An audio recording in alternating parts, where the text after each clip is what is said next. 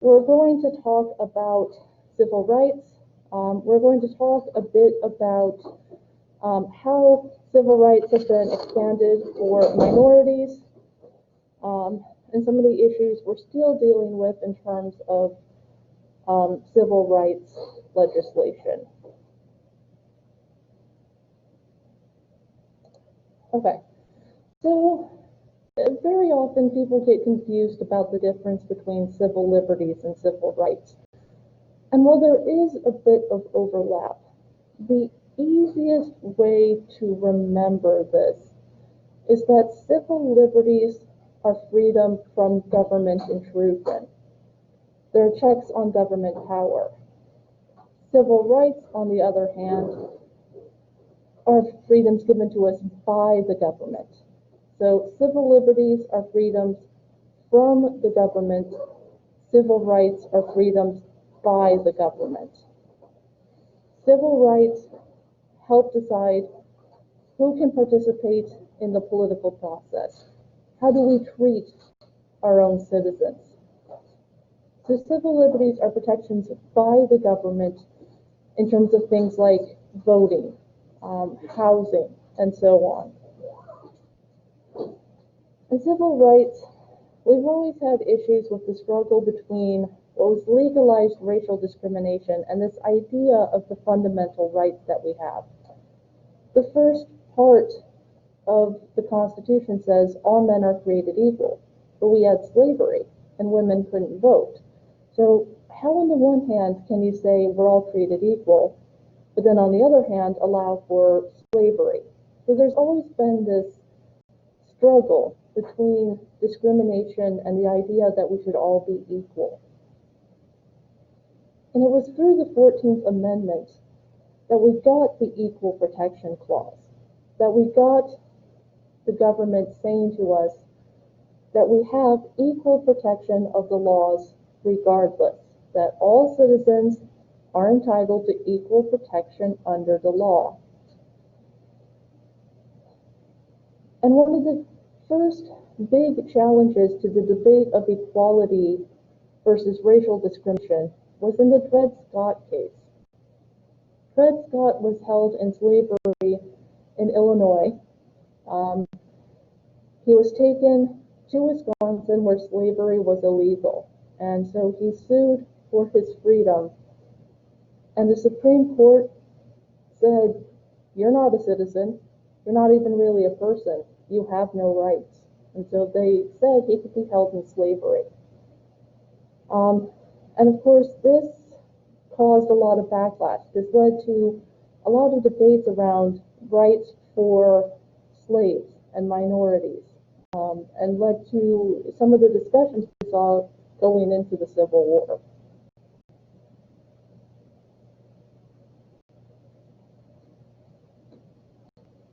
And yeah, the Dred Scott case is considered one of the worst Supreme Court decisions in history. There's quite a few of them, but this is definitely not one of their better decisions.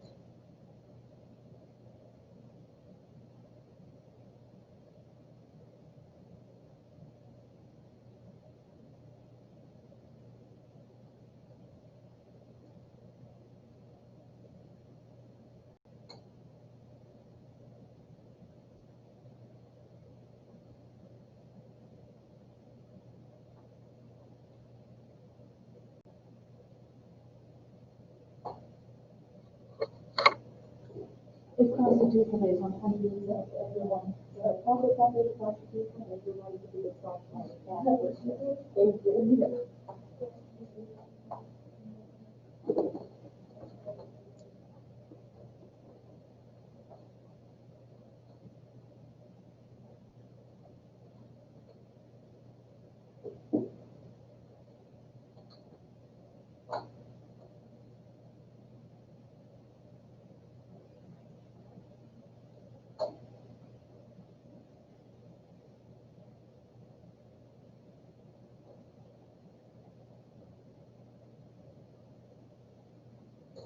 All right, so I just want to emphasize one more time before we move on the difference between civil liberties and civil rights. So civil liberties, again, are freedoms from the government. and civil rights are freedoms by the government.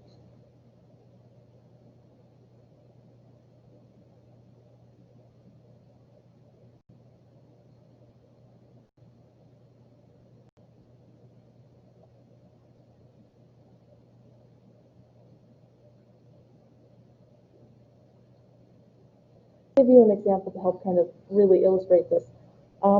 If someone gets stopped by the cops and they search their car without a warrant or permission, that's a civil liberties violation. But if they pull them over because they're black, and only because they're black, that becomes a civil rights issue.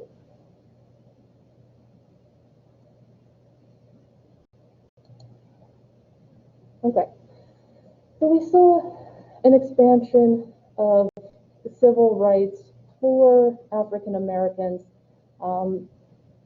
right after the Civil War. The 13th Amendment made slavery illegal. The 14th Amendment gives us equal protection under the law. And the 15th Amendment gave black men the right to vote. Only men. Women could not vote until the 19th Amendment.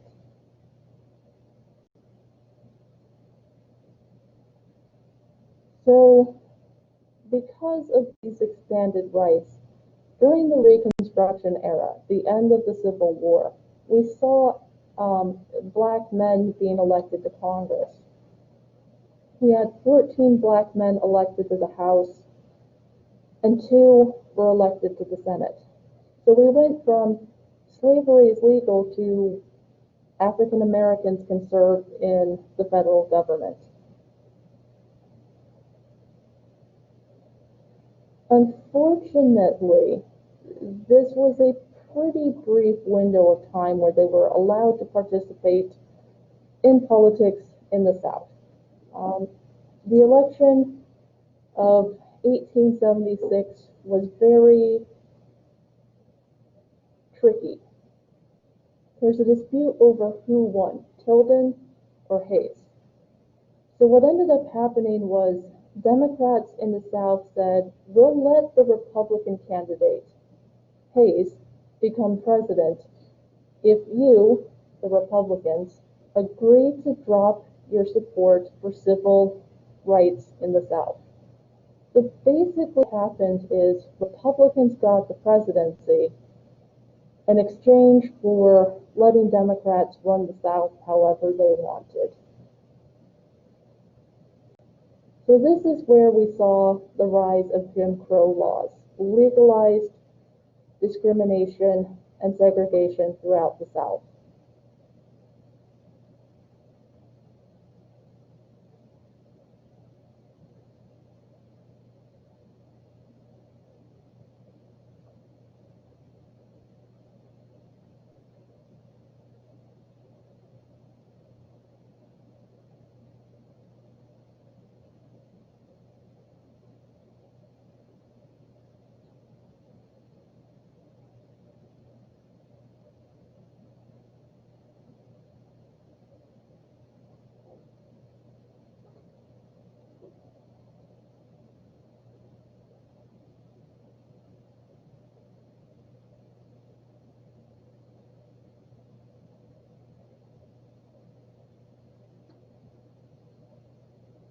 All right, any questions before we move on?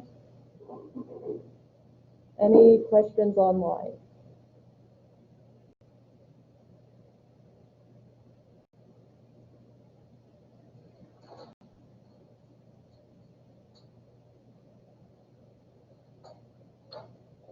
Okay. So there was an attempt by the federal government to create civil rights legislation after the Civil War. But what happened was Congress struck it down. Congress said you can't regulate, the Supreme Court said you can't regulate private business. So with this, the Supreme Court said that the 14th Amendment only protects citizens from discrimination by public officials or public businesses. So they said you can't force a hotel to accept African Americans. You can't force schools to integrate. So essentially, the first attempt to allow for civil rights was overturned by the court as government overreach.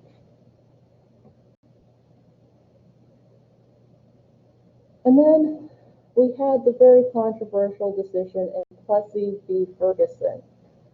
In the state of Louisiana, a black man was told he couldn't be in a streetcar in the front of the car because he had to be in the back. So he sued, and the Supreme Court said separate but equal is constitutional.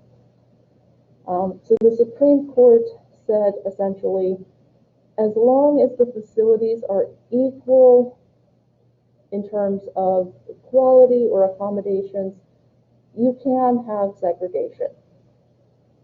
So this is another one of the Supreme Court decisions that's considered a very bad decision.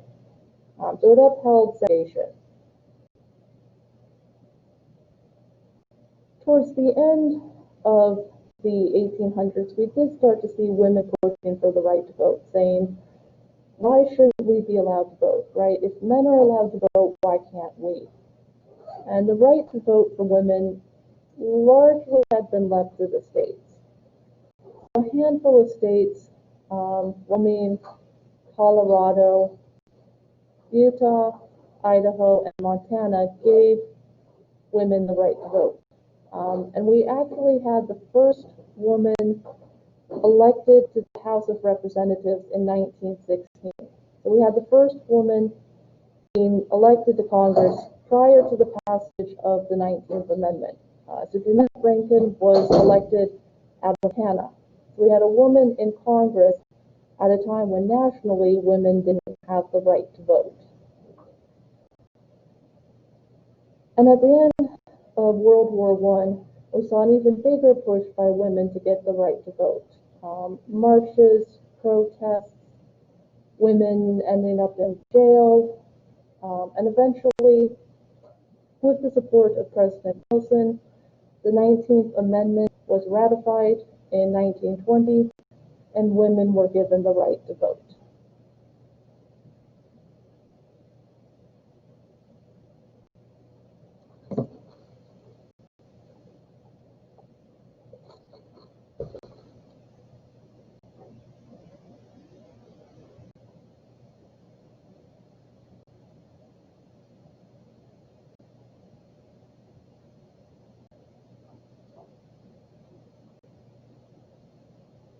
And we're going to talk more next week about women's civil rights issues.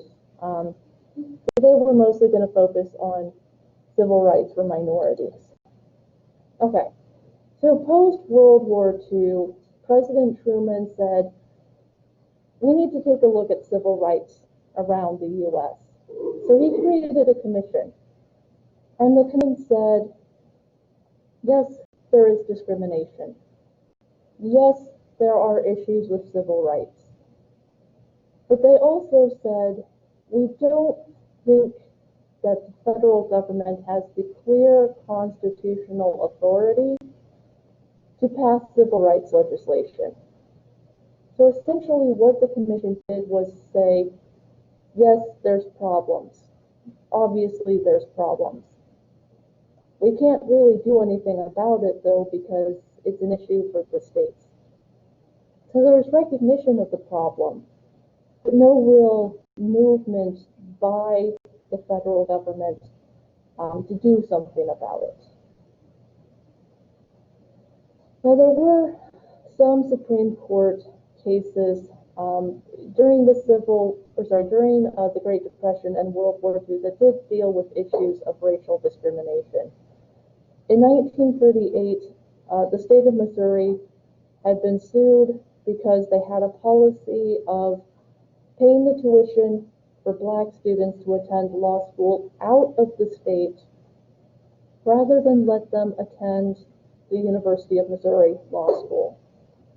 And the Supreme Court struck that down and said, no, you have to give them the chance to attend the University of Missouri Law School.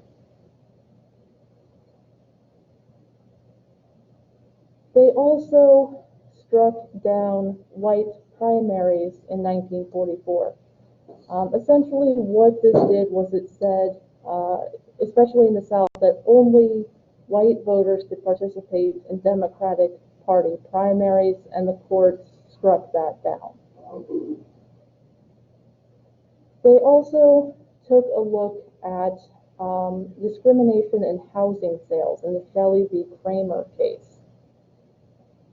In this case, occasionally, the seller of a home would add a clause to the sale contract saying you can't sell this house to someone who's black or Hispanic or Jewish. And the Supreme Court struck that down and said you can't tell the future owner of the house what they can do with it. They have the right to sell to whomever they want. You can't hold them to this. So they struck that down and said you can't say you can never sell this house to someone who's black. And then, of course, we got 1954's Brown versus the Board of Education. This was actually the combination of 4 different cases brought together by the NAACP. And the Supreme Court said, you know what, we made the wrong decision in Plessy. Clearly, the quality of schools is not equal. Minority students were in overcrowded classrooms, lack of textbooks, teachers, and so on. So they overturned Plessy and they said separate but equal doesn't exist. So they forced integration of the schools. This was where the federal government finally said school segregation is unconstitutional and we can't continue to allow this to happen.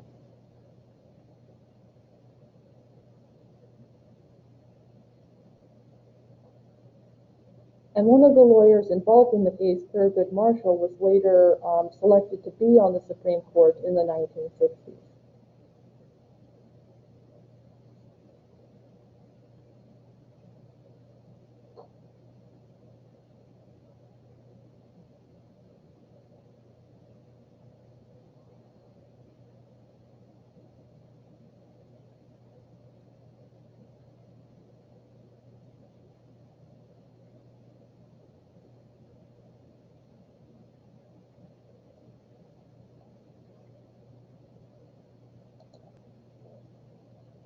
Okay, so obviously schools were not going to desegregate overnight, right? There was resistance in the South.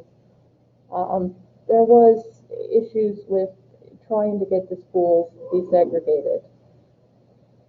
And part of what happened is there is a rule that says the government has to prove that a law in question is constitutional. So in the Brown case, they said separate but equal is not constitutional. So they struck down Jim Crow laws in terms of schools. Brown versus the Board of Education really only applied to schools in terms of desegregation. But where a problem comes in is in the type of discrimination. Now, de jure discrimination is discrimination that was legally enforced. So throughout most of the South, where they would have signs saying whites only fountain or no blacks welcome at this hotel, that's easier to deal with, right? You just pass laws and you strike it down and you say that's illegal. What we're seeing throughout most of the North is called de facto discrimination. Segregation wasn't written into the law in states like Illinois or Massachusetts, but there was segregation. For example, take the city of Chicago. If you were African American, you could live on the south side of Chicago, but don't you dare try to move to the north side of Chicago. Or in Boston, minorities could live in certain neighborhoods but not others. If you were African American, you didn't dare go into the North End because that was Italian American. So there wasn't a legal rule saying you can't live here, but there was a cultural rule. And you would face issues of discrimination like, I'm sorry, we can't rent to you, or neighbors trying to push you out. So it's harder to crack down on de facto discrimination because there's no law barring people from living wherever they want, but they're not going to go against the culture. So it did make it harder to deal with a lot of places in the North where it wasn't legal, it just existed.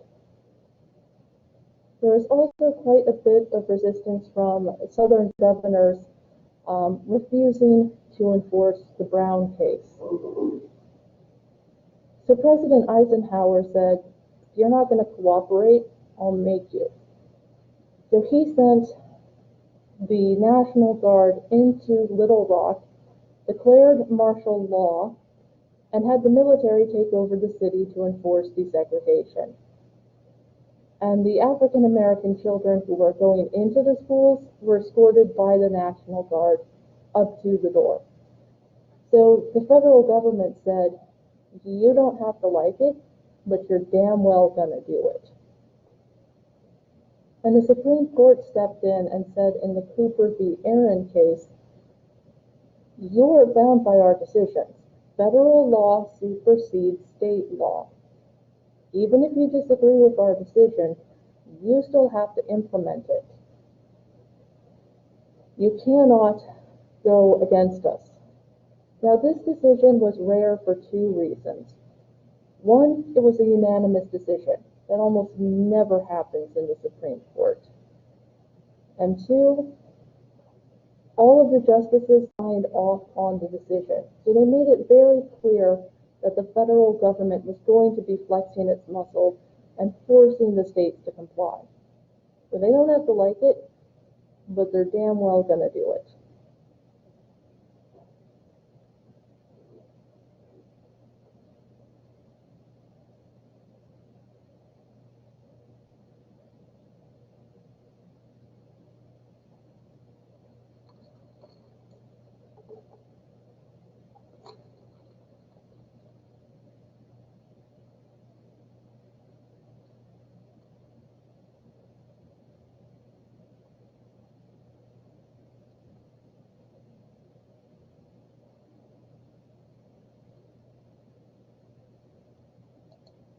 Okay. So Brown versus the Board of Education dealt with school segregation, but it didn't really deal with segregation in housing or public transportation. So there were movements dedicated to trying to desegregate housing and restaurants and so on. So the Montgomery bus boycott, there's an interesting little fact about this. Everyone remembers Rosa Parks as the woman who refused to give up her seat and sparked the boycott. But she wasn't the first woman to refuse to give up her seat. There was a woman named Claudette Colvin who refused to give up her seat and was arrested. But she didn't become the face of the movement because she was young, somewhat brash, and may or may not have been pregnant out of wedlock at the time. So the NAACP said she's not a good test case for this. So they waited until someone older, more respectable, Rosa Parks, was arrested, and then they challenged the bus rules. So the Montgomery bus boycott went on for a little over a year. The African Americans in the city walked, carpooled, etc., until the city finally agreed to desegregate the buses. There was also the use of nonviolence through the Southern Christian Leadership Conference led by Dr. Martin Luther King Jr. and the Student Nonviolent Coordinating Committee led by people like John Lewis and others. And they used nonviolence to get the support of people in the North. When you see people being beaten, having water hoses turned on them, dogs attacking them. Sympathy was on the side of the protesters. So they used sit-ins, marches, and boycotts to get whites on their side, to get sympathy. And a very clear example of this is what's known as the Bloody Sunday March in 1965. There was a planned march from Selma to Montgomery, and they were going to have to cross a bridge. When the protesters started across the bridge, they were met by law enforcement, and it got violent very, very quick. People were beaten, they were arrested. I'm going to show you an image real quick from this, from the protest. Okay, so that's John Lewis on the ground, the congressman who recently passed away. His skull was fractured in this protest. Yeah, he could have died, and people did die. But yeah, that's him on the ground, and that's obviously, yeah. So you can see that clearly they were being met with excessive force. And he had permanent scars to his head because of the fact that they fractured his skull so badly. And there were actually 3 protests that essentially made up what became known as Bloody Sunday. The first one, Dr. King was not a part of, and that's where John Lewis got his skull fractured. The second march, they ended up calling it off because they were afraid of police violence. But later that day, a Unitarian Universalist minister from Boston, a white man who'd been part of the protest, was beaten to death for taking part in the protests. So the third march actually went off as planned. Also issues with the Freedom Riders, trying to get the right to vote. So all of this accumulated in more support for the protesters. President Kennedy was a little bit lukewarm on civil rights. President Johnson was not. So when Kennedy was assassinated and Johnson became president, he began pushing for civil rights. And so he was able to get Congress to pass the Civil Rights Act of 1964 to outlaw segregation in schools, restaurants, hotels, and transportation. No more white drinking fountains or black drinking fountains. White bathrooms and black bathrooms. And it took over 400 lawsuits filed by the federal government to get the states to comply with this. So they made it very clear that they were not going to stand for legalized discrimination, that if anyone who wanted to could stay at any hotel, eat in any restaurant, or sit anywhere they wanted in public transit. But of course, there are still issues with discrimination based on race. Studies have found in major cities like New York and others, really late at night, taxis don't want to pick up black passengers in bad neighborhoods. And of course, we do see issues with police violence, the Black Lives Matter protests, and so on. But this has only been about 55 years that we've had these rights. So we're still learning, we're still adapting, we're still trying to deal with past discrimination. So there's a lot of work that still has to be done, clearly.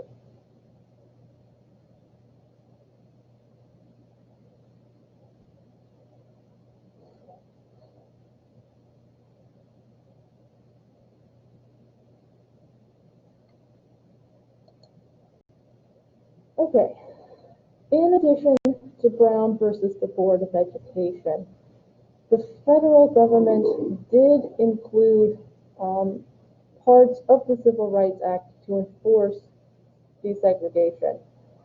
So Title IV of the Civil Rights Act gave the executive branch the ability to enforce desegregation. Basically, what it did was it said, you know what, we're not going to wait for parents at every school to complain about segregation.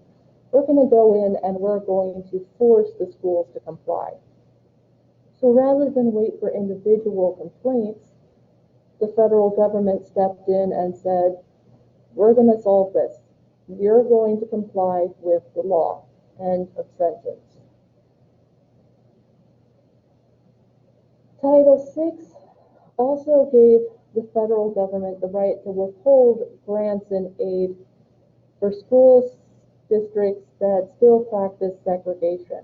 So if you weren't willing to desegregate, they would withhold the federal money that the school district needed to operate. One way or another, the desegregation in schools was going to happen. There are also issues with the practice of busing. To try and enforce desegregation, what they started doing was reassigning students to different schools and using bus systems to transport them to other school districts. Well, in the city of Boston, there were mass protests by parents saying, I don't want my kid going to this school. And so eventually, President Nixon cut funds to the city and said, you're going to cooperate. So it wasn't just in the South that we saw a refusal to abide by federal law. It happened quite a bit in the North as well. And so cities like Boston had to be forced to comply with the law as well. So the federal government knew that they had to use their muscle to get this done. And eventually, in 1991, the Supreme Court said, look, if you've made a good faith effort to desegregate, if it's clear that you're no longer practicing segregation, we'll remove the federal supervision of your school district. So school districts across the South, Georgia, Texas, Alabama, etc., could appeal and say, look, we've really made a good faith effort to desegregate. And then they could get the federal government to stop supervising their efforts. So they removed some of the government oversight because for the most part, school districts were complying with the law.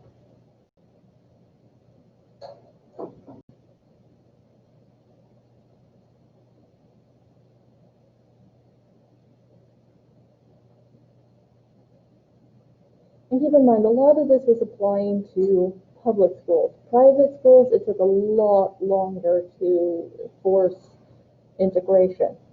It took quite a bit longer to get them to comply with the law.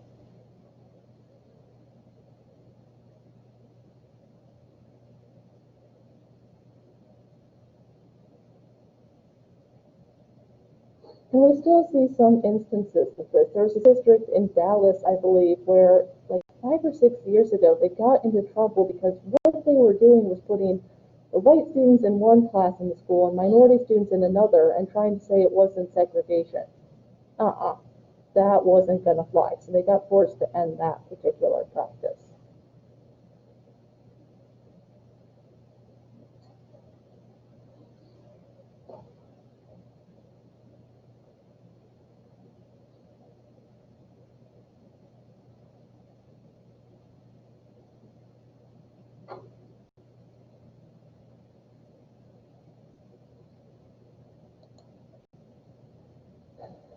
We've also seen issues with employment discrimination. Title VII of the Civil Rights Act makes it illegal to discriminate in employment on the basis of color, religion, race, sex, and national origin. This applies to all private and public employers, including the federal government. So you can't refuse to hire someone because they are Hispanic, or Muslim, or a woman. So to deal with these issues, the Equal Employment Opportunity Commission, the EEOC, was created to investigate claims of discrimination. They have the ability to file a lawsuit on behalf of someone rather than wait for a complaint. And they can help an individual who is filing a complaint. So in the EEOC case versus Abercrombie and Fitch, they intervened on behalf of the young Muslim woman who was told she couldn't wear her hijab at work because it violated company policy. That's a violation of Title VII, and so the EEOC sued the company on her behalf and won. So if you think you're being discriminated against at work, you can file a complaint with the EEOC. Employers are required by law to post a notice somewhere employees can see it, a break room, where you clock in. Somewhere there has to be a flyer that says, here's what to do if you think you're being discriminated against. Now, it used to be that the burden of proof was on the person filing the complaint. But of course, it's hard to prove deliberate discrimination. Most employers aren't dumb enough to say, oh yeah, we're not going to hire you because you're Hispanic. Although there was one case recently where I think it was one of the sub shops, not Subway, but one of the other ones, John's maybe, where a hiring manager was dumb enough to send a text to a woman and say, we won't hire you because you're pregnant. And that's illegal. But usually they're not that dumb, right? They're going to give you some other reason. So in 1971, the Supreme Court was dealing with a case where black employees at a public power company were being kept in one department. They couldn't move up the ladder. They couldn't work in other departments. And so they finally said, you know what? The burden of proof should be on the employer, not the employee. You shouldn't have to prove you were discriminated against. They should prove that you weren't discriminated against. So if you file a complaint, the company has to prove that they didn't discriminate against you. So if they put in requirements for a job, they have to justify it and say it's necessary. So for example, you can put in something saying you have to be able to lift 50 pounds to work in a warehouse. Okay, that's fair because you're lifting heavy objects. But if a woman can lift 50 pounds, they can't refuse to give her the job. If you meet the basic qualifications, you have to be given the chance to apply for that job. So there can be some requirements, like to be a professor, you have to have at least a master's degree. Okay, but if you meet the basic requirements, they can't then discriminate against you because you're white or Hispanic or Jewish or so on. So if you think your rights are being violated, you can file a complaint with the EEOC and have them investigate if that's what actually happened.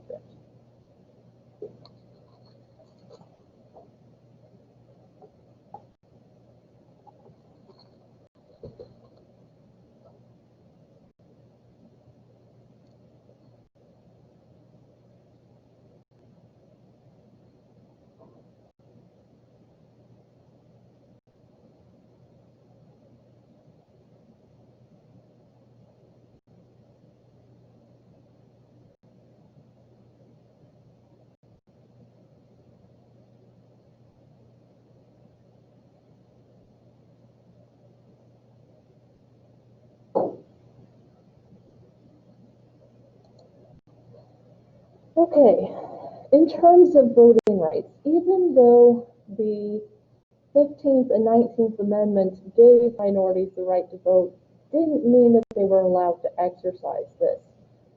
Throughout the South, they were required to pay what was called a poll tax. Essentially, you had to pay money to get registered to vote.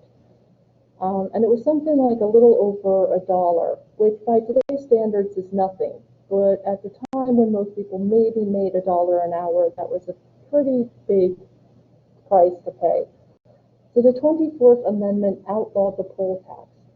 You cannot require someone to pay to register to vote or to vote. That is illegal. Being able to vote has to be free. They've also outlawed literacy tests. Literacy tests were used to block minorities from voting. What they would do for potential white voters is use what they called the grandfather clause. And basically, if your grandfather had been eligible to vote, you didn't have the literacy test. And they would deliberately make these tests as hard as possible so they could say, you didn't pass the test, you're not allowed to vote. So that's been outlawed as well. We've also seen the creation of multilingual ballots in the polling places. If you've voted before, you've probably noticed in the polling places here, the ballots are available in English and Spanish. In other areas, they're available in Mandarin or Vietnamese or Creole. The idea being that if you're more comfortable with a ballot in another language, you have the right to ask for one. Also, we tend to see bilingual poll workers, especially here, right? If someone's more comfortable with Spanish, it helps if a poll worker can explain how to fill out their ballot. Now, with voting, there is the problem of what's called gerrymandering. We're going to talk more about this when we get to elections, but essentially what this is creating districts that give one party or one group an unfair advantage. In most states, the electoral districts are created by the state legislature. So the majority party in the state legislature decides how the districts are created. So, for example, here in Texas, after the 2010 census, we got 4 new congressional seats because of the population increase. The Republicans in the state legislature drew up the map to make sure 3 of those 4 seats would go Republican pretty much every election. And they got sued by the DOJ, and they had to recreate it. But unfortunately, the reality is, most of the time, the districts are not fair. They're not created in a bipartisan manner. It's whoever has the majority in the state legislature draws up the map however they want. We've also seen issues with photo ID laws. They are allowed as a way to try and prevent voter fraud. Keep in mind that voter fraud makes up less than 1% of all ballots cast. It gets talked about like it's a major problem. It's not. And most cases of voter fraud are legitimately someone not understanding, not a deliberate attempt to steal an election. So it's a problem, but it's not nearly as big a problem as it's made out to be. But states are allowed to require a photo ID. So here in Texas, you need to have a driver's license or a state-issued ID to be able to vote. On the other hand, Arizona had passed a law requiring proof of citizenship to get registered to vote, like a birth certificate or your citizenship card, and the Supreme Court said it's an undue burden. You can't require people to provide proof of citizenship. And by and large, on your voter registration card, you have to put your social security number anyway, so it's a way of verifying you are who you are. So it's not like it's that hard to be able to verify that people are legitimately who they claim to be. But nonetheless, photo ID laws can cause complications for minorities trying to vote, but they are allowed to prevent voter fraud.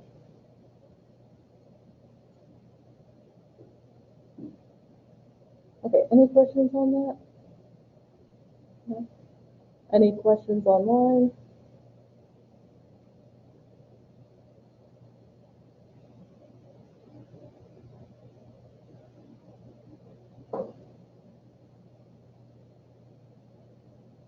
Okay. Also, keep in mind the deadline to register to vote is usually about 28 days before the election. So if you want to get registered to vote for this November's election, you need to do it ASAP. The form is available online. You fill it out, print it, sign it, send it in. And you should get your voter ID card in a couple of weeks. So if you're not registered to vote yet and you want to vote in November, make sure you do it as quickly as possible. Okay, we've also seen issues with housing discrimination. The Fair Housing Act does ban discrimination in the sale or renting of housing. So a landlord can't say, I will not rent to blacks or Hispanics. This was a problem in major cities. Landlords have been sued for discrimination in housing. But the problem with the Fair Housing Act was it required people who were denied housing to prove they've been discriminated against, to file the lawsuit against the landlord. Obviously, that's going to take time and money that people may not necessarily have. So the Fair Housing Amendments Act changed it so that the Department of Housing and Urban Development can file a lawsuit if they believe a landlord or a bank is practicing discrimination in housing. So if you are denied housing because of your race, gender, religion, etc., you can ask the Department of Housing and Urban Development to look into it and file a lawsuit on your behalf. There is also the practice of what they call the redlining. Essentially, what the banks would do is say, no one in this neighborhood can apply for a mortgage. No one in this neighborhood can buy a house unless they buy it outright. So they would say, this entire neighborhood, we're not going to allow them to get a mortgage. They would also block minorities from being able to get a mortgage to move into a different neighborhood. So essentially, they would tell people, you have to buy your house outright, and we're not going to give you the money to move to a nicer area. Obviously, that is illegal, and if any banks engage in this practice, they're going to face federal lawsuits. But there are still issues in terms of housing, especially with predatory lending. When the housing market collapsed in 2008, it was revealed that banks and mortgage companies were charging a much higher interest rate on the loans given to black homeowners than white homeowners. So minorities were losing their homes at higher rates when the housing market collapsed. So they ended up having to pay millions of dollars in settlements because obviously they shouldn't have been charging higher interest rates based on race or ethnicity, but based on the value of the house.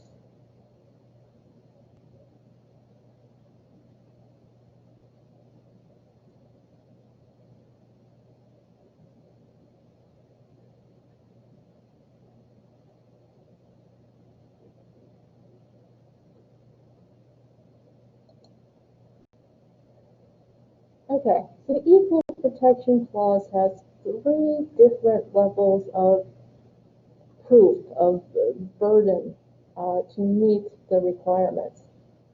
The first level applies to things like state and federal regulatory schemes, things like the requirements to get a driver's license, minimum ages for alcohol and tobacco sales. By and large, these are left alone because they apply across the board. You have to be 18 in most states to buy tobacco, and some it's 21. You have to be 21 to buy alcohol. That applies to everyone across every state, so that's fine. You have to be 16 to get a driver's license. Again, it applies to everyone, so that's going to be left alone. It's not discriminatory to one group or another. The second level is where the burden of proof is on the government to show that some kind of classification serves some kind of important interest. So in the Windsor case, when the federal government tried to argue that same-sex couples are not entitled to the same benefits as heterosexual couples, the Supreme Court said, you didn't prove that this is important for heterosexual marriage to continue.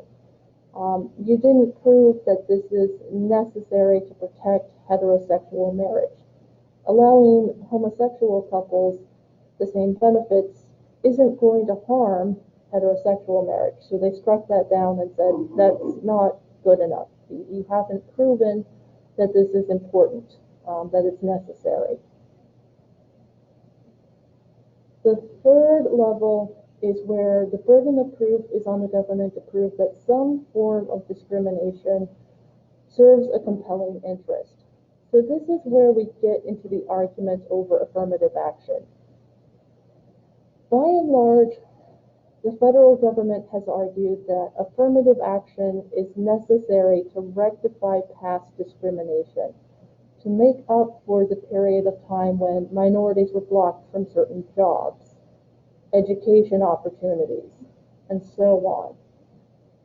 So for now, the courts have said that affirmative action does meet this third level of proof, that it is important, and that it does serve the interest of trying to level the playing field for minorities. So for now, affirmative action has been upheld by the courts. So affirmative action is allowed in things like education, employment opportunities, and so on. And we'll talk more about affirmative action in the next class, because obviously people have very strong opinions, sometimes one way or the other, on the issue. And we're going to talk about why the government considers it's necessary and some of the challenges to affirmative action that we've seen.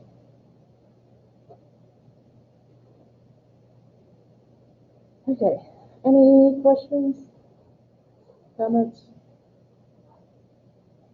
Okay, any questions online?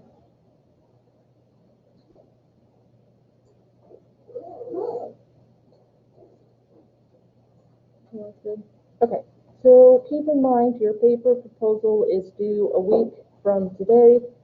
All I need again is what you're writing your paper on, why you chose that topic, and 2 potential sources.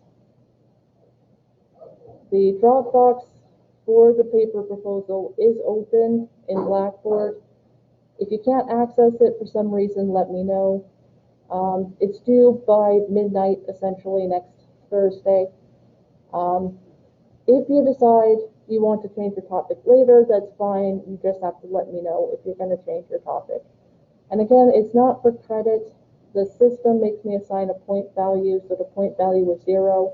So don't panic if you see you got a 0. That just means I've read your paper proposal and it's fine. I've given you feedback. Any questions on that?